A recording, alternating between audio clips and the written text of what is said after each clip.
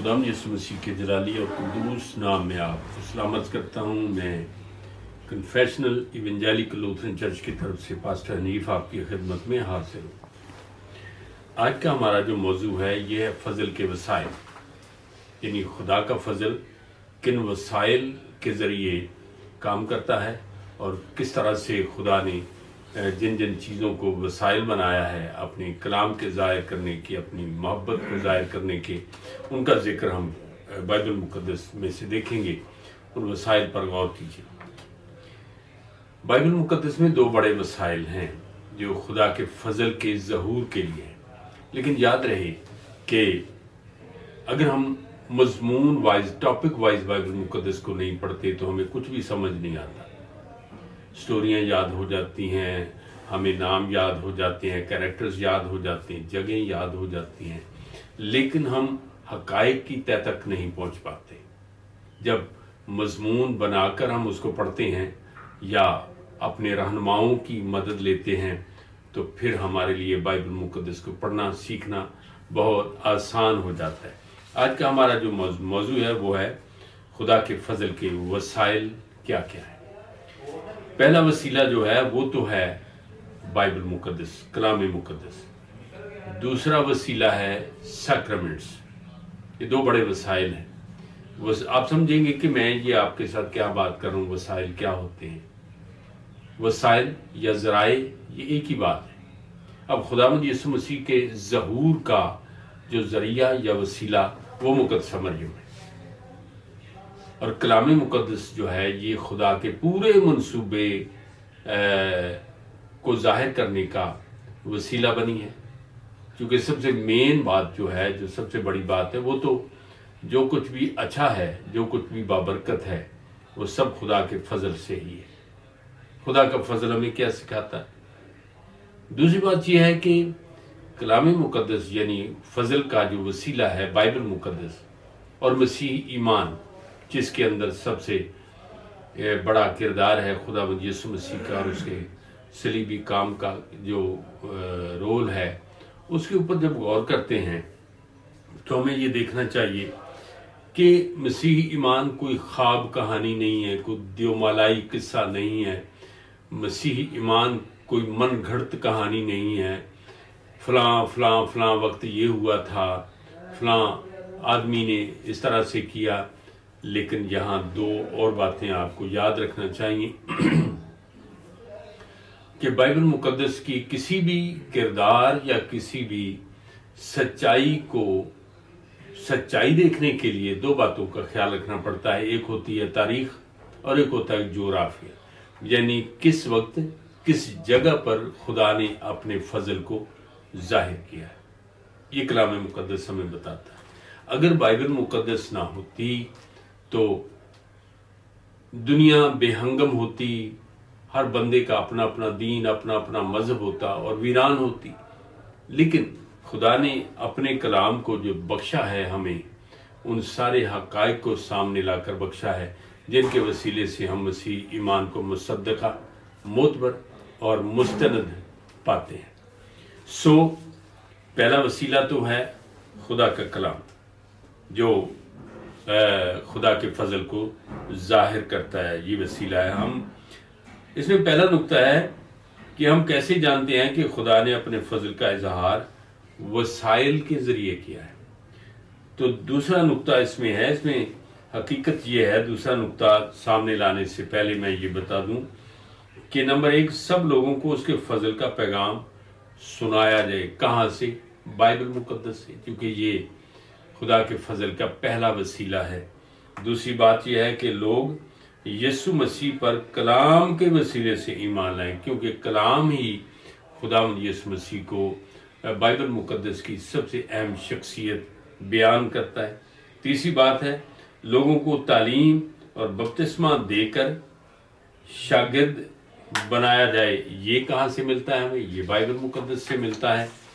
اور ان وسائل کو بڑے دھیان سے دیکھنا چاہیے۔ آج جو کلام مقدس خدا کے فضل کا وسیلہ ہے، اس کی پہلی بات ہے بائبل مقدس اور دوسری بات ہے بپتسمہ اور اشاربانی۔ آج ہم بپتسمے کے اوپر ہی تھوڑی سی غور و خوض کریں گے دوسری بات یہ ہے کیا خدا کا کلام حقیقی طور پر ہماری نجات اور ایمان کے لیے فضل کا وسیلہ ہے؟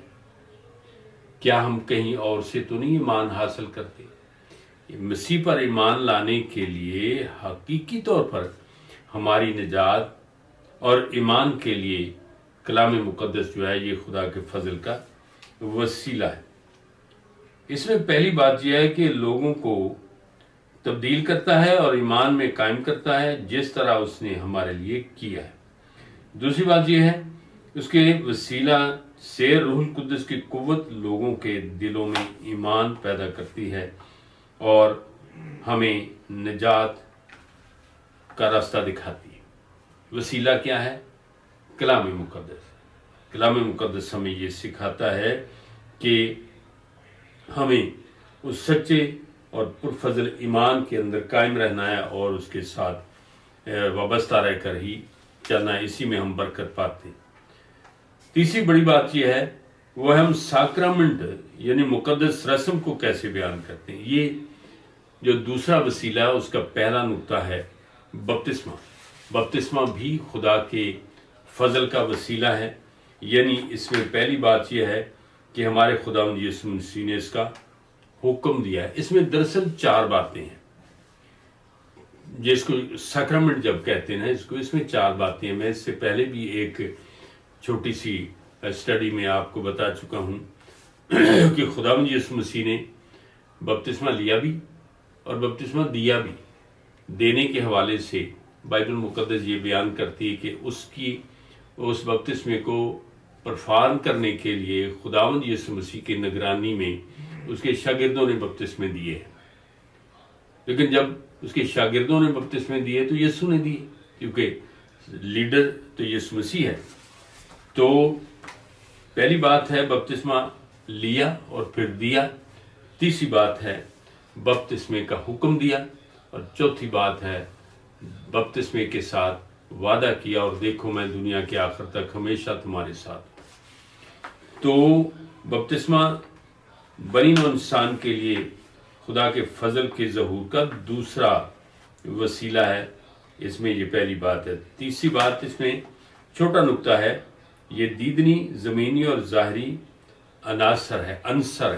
بپتسمہ دیدنی اور ظاہری ایمان کا عنصر ہے۔ جو ہم یسوع مسیح پر ایمان لاتے ہیں یہ ہمارے دل کا معاملہ ہے، یہ ہمارے اندر کا معاملہ ہے، لیکن جب بپتسمہ لیتے ہیں تو پھر یہ ظاہری عنصر بن جاتا ہے اور اس سے مہر لگتی ہے ایک شخص کے ماتھے کے اوپر خدا کے فرزند ہونے کی۔ تو ایک بات میں آپ کو بتاتا ہوں کہ اگر کوئی شخص کسی لاوارث بچے کو اٹھا کے اپنے گھر لے آئے اور اپنا بیٹا بنا لے، بیٹی بنا لے، تو جب وہ بڑا ہوگا تو وہ کس کا بیٹا ہوگا؟ اس کا، جس نے اس کو پالا ہے۔ اب جب ہم جو ابلیس کے ہاتھوں میں تھے، ابلیس کی فرزندیت میں تھے، یسوع مسیح نے ہمیں چھڑا کر خدا باپ کے فرزند بننے کا حق دے دیا، تو اب ہمارے ماتھے کے اوپر ایک مہر لگ گئی ہے کہ ہم خدا کے بیٹے بیٹیاں کہلاتے ہیں، اور وہ مہر جو ہے وہ بپتسمے کے وسیلے سے ہمارے ماتھے پر لگتی ہے۔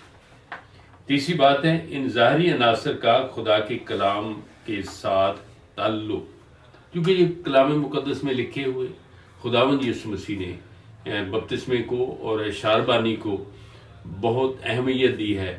بپتسمے کے وسیلے سے ہم مسیح میں آتے ہیں، مسیح میں شامل ہونے، اس کے بدن میں شامل ہونے کا بپتسمہ لیتے ہیں، اس کی موت میں، اس کے جی اٹھنے میں ہم شامل ہو جاتے ہیں، اور اشاربانی ہمیں نئی پیدائش کے تجربے کے اندر تا زندگی زندہ رہنے کے لیے خوراک کے طور پر کام کرتی ہے۔ اس کا بدن اور اس کا خون ہماری زندگی میں ہماری نجات کو محفوظ رکھتی ہے، تقویت دیتے ہیں۔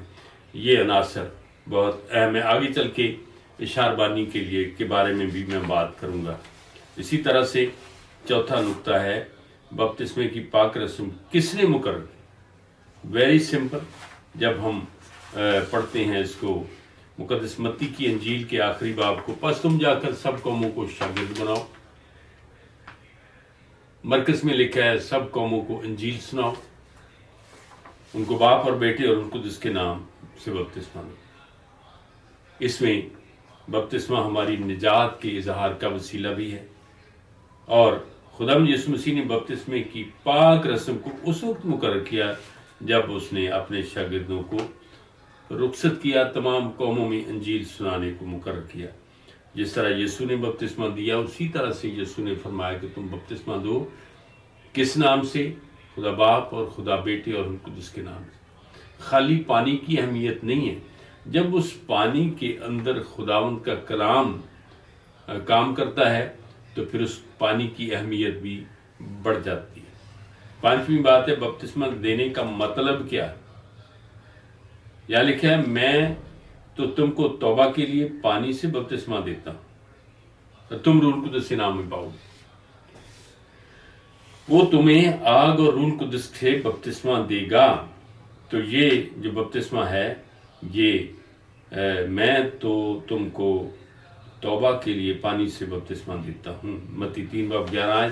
اور یہ بپتسمہ ہماری نجات مخلصی کا ظاہری ثبوت ہے، نشان ہے، اور ہمیں یقین دلاتا ہے کہ میں نے یسوع مسیح میں شامل ہونے کا بپتسمہ لے لیا۔ اگلا نقطہ ہے کس کو بپتسمہ دیا جائے؟ یہاں لکھا ہے پس تم جا کر سب قوموں کو شاگرد بناؤ اور ان کو بپتسمہ دو۔ یہ محدود نہیں ہے، یہ سب کالے گورے پیلے، یہ سب کے لیے جو مسیح کے پاس آتا ہے انجیل کے وسیلے سے اس کو بپتسمہ دیا جاتا ہے۔ اگلی بات یہ ہے چھوٹے بچوں کو بپتسمہ کیوں دینا چاہیے؟ اب اس کے اوپر کنٹروورسی ہے مختلف چرچز کی، لیکن لوتھرن اس بات کو مانتے ہیں کہ چھوٹے بچوں کو بھی بپتسمہ دیا جا سکتا ہے۔ تو پھر بپتسمہ دے کون سکتا ہے؟ اس کے لیے لکھا پس تم جا کر سب قوموں کو، وہ جو مخصوص اور خدا کے خادم ہیں، جو کلیسیا بناتے ہیں، جو کلیسیا میں ان لوگوں کو بپتسمہ دیتے ہیں جو یسوع کو ایمان کے وسیلے سے قبول کرتے ہیں، ان لوگوں کو بپتسمہ دے کر اپنی کلیسیا میں یعنی خداوند کی کلیسیا میں شریک کر لیا جاتا ہے۔ تو اس طرح سے ہمیں بپتسمے کے حقائق پر غور و خوض کرنا ہے، وہ میں آپ کو پڑھ کے سناتا ہوں۔ پہلی بات، یسوع مسیح کی کامل راست بازی حاصل ہوتی ہے۔ دوسری بات، گناہوں کی معافی حاصل ہوتی ہے۔ تیسری بات، جہنم کی ابدی سزا سے نجات اور ابدی زندگی حاصل ہوتی ہے۔ چوتھی بات، ہم روح القدس سے معمور ہوتے ہیں۔ پانچویں بات ہے روحانی زندگی میں ترقی اور با ایمان زندگی گزارنا مقصود ہوتا ہے۔ اور چھٹی بات ہے آسمان پر ابدی زندگی کی یقین دہانی ہے۔ آج کی یہ مختصر گفتگو آپ کے پاس رہے گی۔ اس کتاب کو ضرور پڑھیں، یہ کتابچہ جس کے پاس نہیں ہے، یہ ایک کنفرمیشن کورس ہے۔ جب ہم کسی بھی شخص کو چرچ کے اندر کنفرم کرتے ہیں، یعنی یہ لوتھرن ہے، یہ آج سے لوتھرن کلیسیا کا ممبر ہے، تو اس کے لیے یہ لازمی ہے کہ اس کورس کو پڑھا جائے، سیکھا جائے اور اپنے ایمان کو، شخصی ایمان کو خداوند یسوع مسیح کے ساتھ متحرک کیا جائے تاکہ اس کا ایمان مستحکم ہو اور وہ مسیح میں پر یقین زندگی گزارے۔ اگلی دفعہ ہم فضل کے وسیلہ نمبر 2 یعنی اشاربانی کے اوپر غور و خوض کریں گے۔ خداوند آپ کو برکت دے۔